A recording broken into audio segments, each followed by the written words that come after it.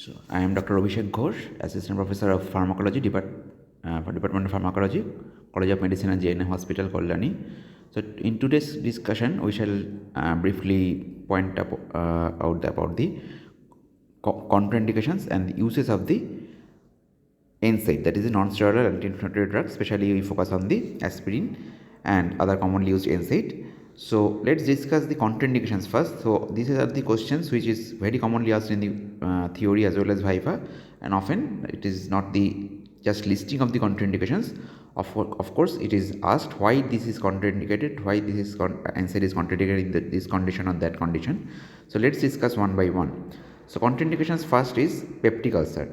So you know that peptic ulcer, of course, it is aggravated by the NSaid. That's why it is contraindicated, because NSaid, you know that it is a cyclooxygenase inhibitor. So it inhibits the prostaglandin synthesis, and as a result of prostaglandin inhibition, so there is decreased mucosal blood flow and decreased bicarbonate secretion, and as a result, neutralizing factors of the gastric acid is absent. That's why there is aggravation of the peptic ulcer due to damage of the mucosal cells of the gastric mucosal cells are damaged, and that can be aggravated by the NSaid. That's why whenever we are giving NSaid, of course we have to give some protective agents, like we can give proton pump inhibitor, which is the best agent to treat the NSaid induced peptic ulcer. Hypersensitivity to aspirin, often it is very common, especially in the children, and also it can be present in the adult also. So hypersensitivity can occur due to any drug, and it is not a very unique to aspirin also, but of course we have to take the history of whether patient has history of the any hypersensitivity reaction to aspirin or other NSaid, then you have to avoid that in those patients. Asthma is a very commonly asked question, why we should not give aspirin or NSaid in the asthma patients. So answer is very easy actually, and if you think about the once again the normal physiology, aspirin or NSaid actually they decreases the prostaglandin synthesis. Now cyclooxygenase is inhibited, but most of the available arachidonic acid will now move towards the leukotriene pathway, that is the LOX pathway is still active. So prostaglandin is not forming due to use of NSaid, but leukotriene's formation is not inhibited, and as a result the available arachidonic acid is now converted entirely to the leukotriene. And if you remember the asthma pathophysiology, leukotrienes are the major chemotactic protein, actually the cytokine responsible for the bronchoconstriction as well as increased mucosal edema, etc., for bronchociliary secretion, bronchial secretion. So bronchial secretion as well as bronchoconstriction both are increased due to leukotriene excess. And if we give NSaid in the asthma patient, then this leukotriene synthesis will be aggravated, and as a result symptoms of the asthma will be increased. Okay, so this is the reason why asthma patients should not be given NSaid. Bleeding tendency, if you once again think about the normal actions of the NSaid actually they tend to increase the platelet bleeding tendency due to increased secretion of the due to decreased production of the thromboxane A2. So thromboxane A2 production is decreased because of the once again the inhibition of the cyclooxygenase, and as a result there is increased bleeding tendency with the aspirin or any other NSaid. So that's why patients with coagulopathy we have to be very cautious about using the aspirin. And also not only the bleeding disorders, also if we have to be cautious when we are using aspirin with the warfarin also. So it is anticoagulant, and this is due to competitive binding of the plasma protein. Aspirin tends to displace the warfarin from the plasma protein binding site. As a result, warfarin concentration, free concentration of warfarin present in the plasma is increased, which can increase the bleeding tendency.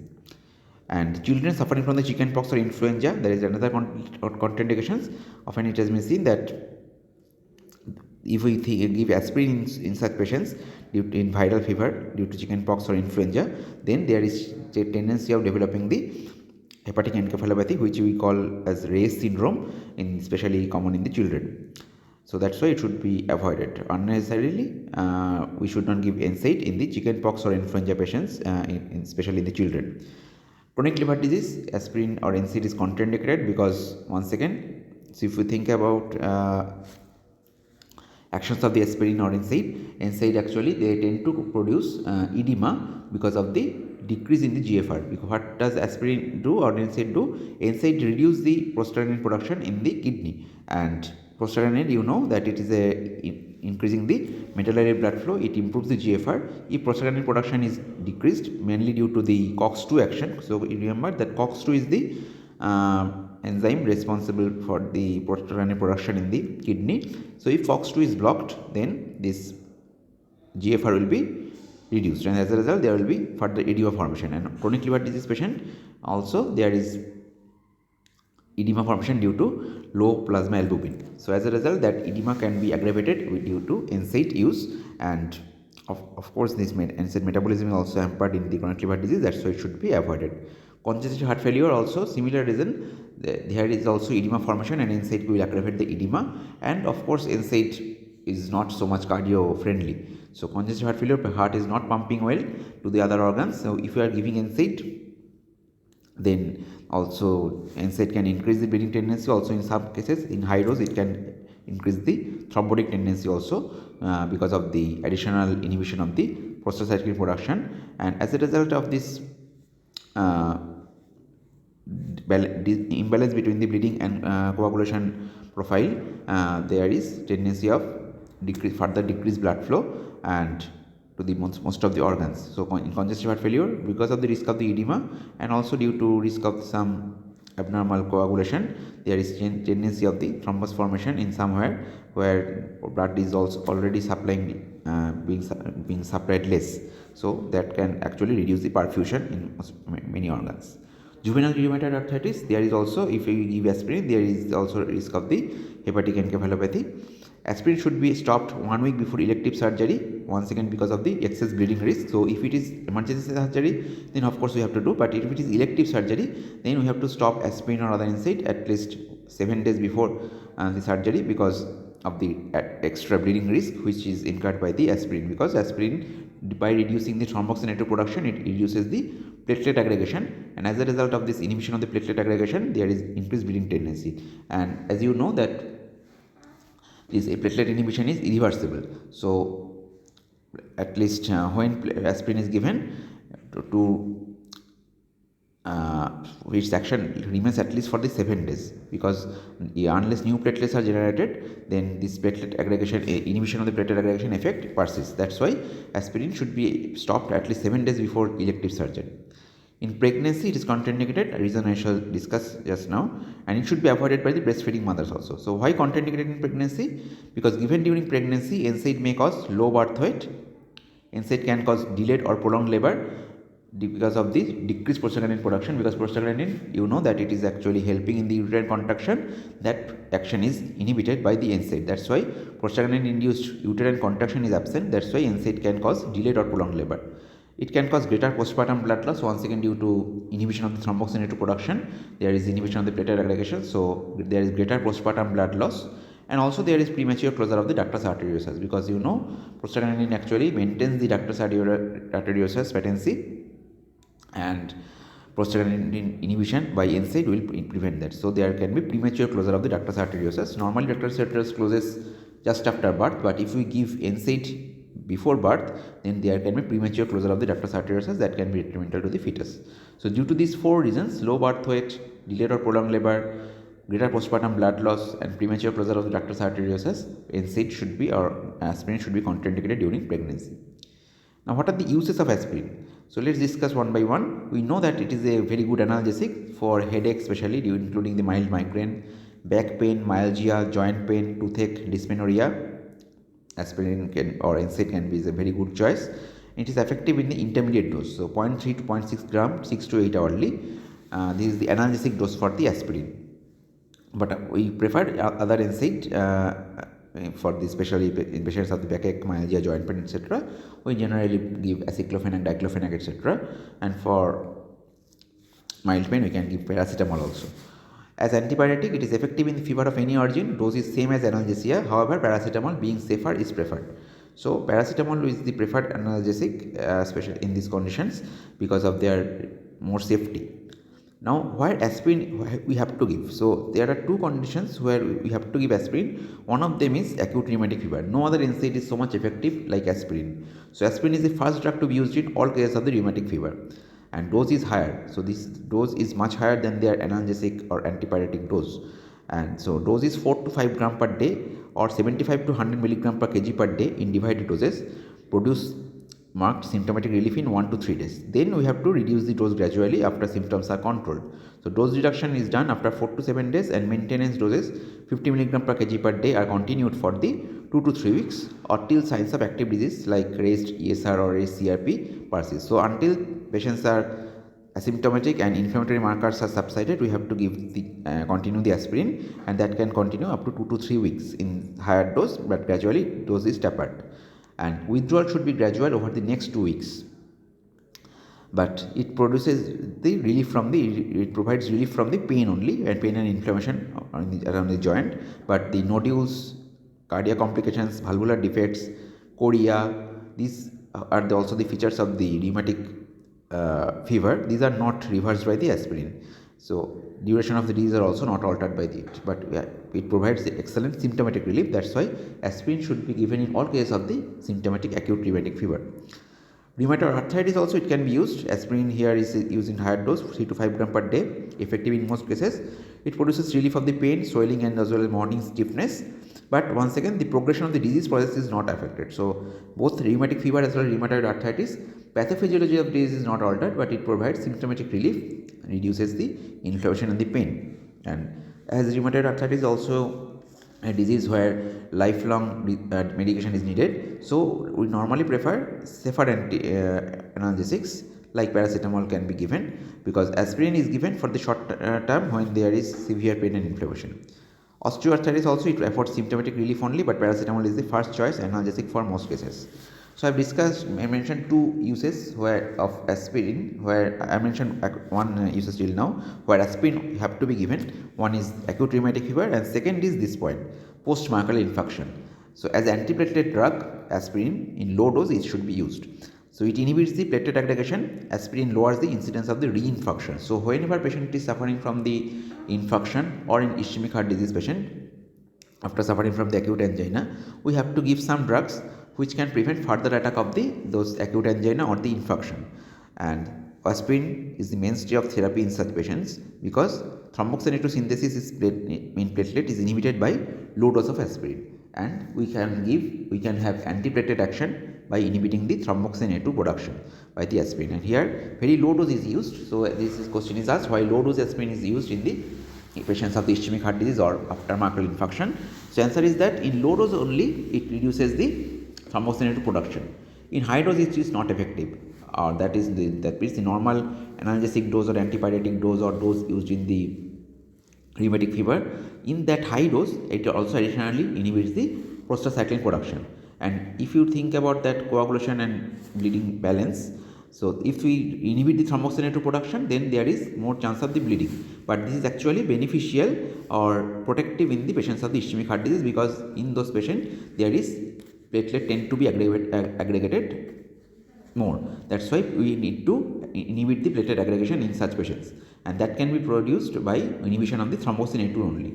But if we additionally inhibit the prostacyclin also, then prostacyclin is platelet anti-aggregatory, and if we block the prostacyclin pathway, prostacyclin production from the vascular endothelium, then due to loss of this anti-aggregatory mechanism, anti-aggregatory property, we are again making the balance towards the platelet aggregation. So that means we need platelet inhibition in the ischemic heart disease patient or myocardial infarction patient.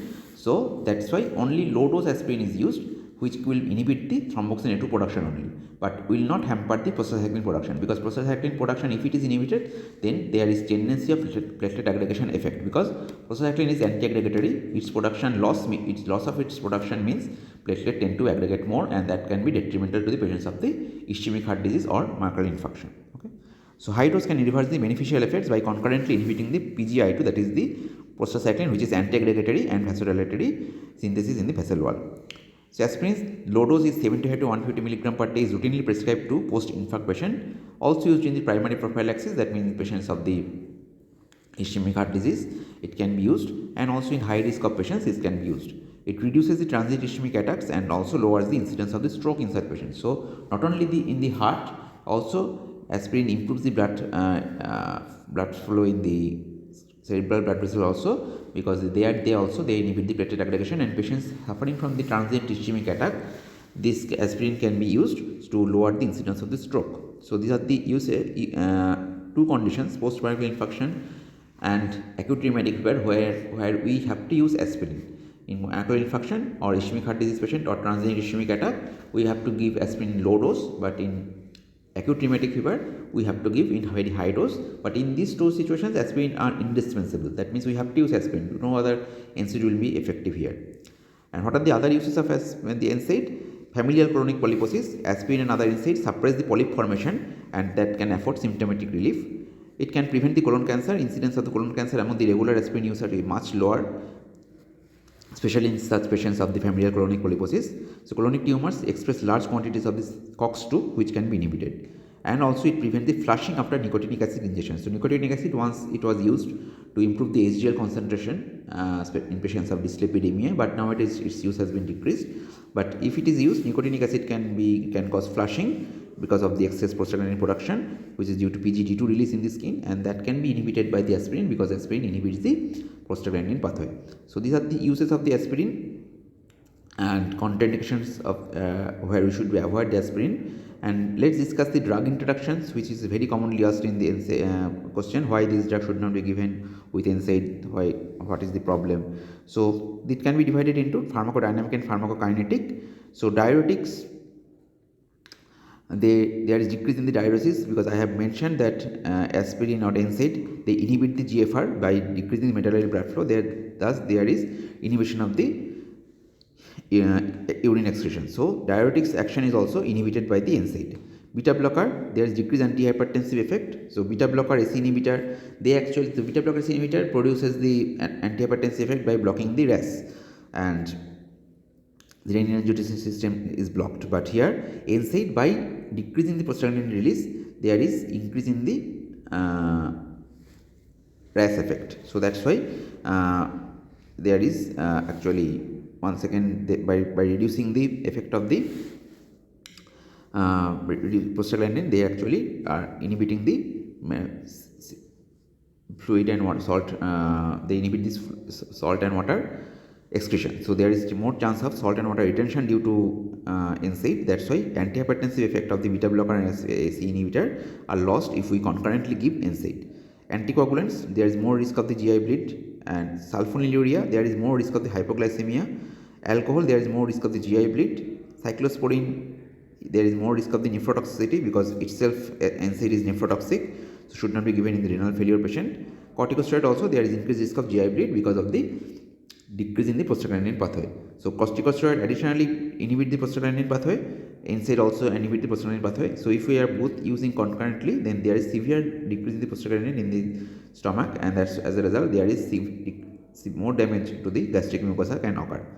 Pharmacokinetically, so oral anticoagulant, sulfonylurea, phenytoin, valproic acid, there is metabolism inhibited, and also there is competition with the plasma protein binding. That means their free concentration will be increased. If we use NSAID or aspirin, their plasma protein binding is more, so they will displace sulfonylurea or warfarin, phenytoin, etc. from their plasma protein binding site, and as a result, warfarin concentration is increased. That can increase the bleeding risk. Sulfonylurea concentration is increased. That means there is more risk of hypoglycemia. Phenytoin concentration is increased. That's why there is more chance of acute phenytoin toxicity that can cause cerebral ataxia, and also those 5 or 6 phenytoin adverse effects like gum hypertrophy, there is hirsutism, hyperglycemia, hypersensitivity reactions. These are the effects of phenytoin overdose that can be aggravated by the NSAID. Dioxin, lithium, aminoglycoside, methotrexate, their renal inhibition excretion is inhibited by the interacting drug. So these are the list of the contraindications. We have to remember anticoagulant, sulfonylurea, AC inhibitor, beta blocker, diuretics. So anticoagulant, sulfonylurea, phenytoin, their effects are increased because of their free concentration in the plasma is increased due to inhibition to the plasma protein binding, whereas diuretics, beta blocker, AC inhibitor, their action is decreased. Rather, their antihypertensive effect, their salt excretion properties are decreased because of the if we give the NSAID concurrently. And also corticosteroids increase the risk of the GI bleeding if NSAID is given concurrently. So these issues need to be remembered by you, and this thus you can answer it well in your theory as well as viva exam.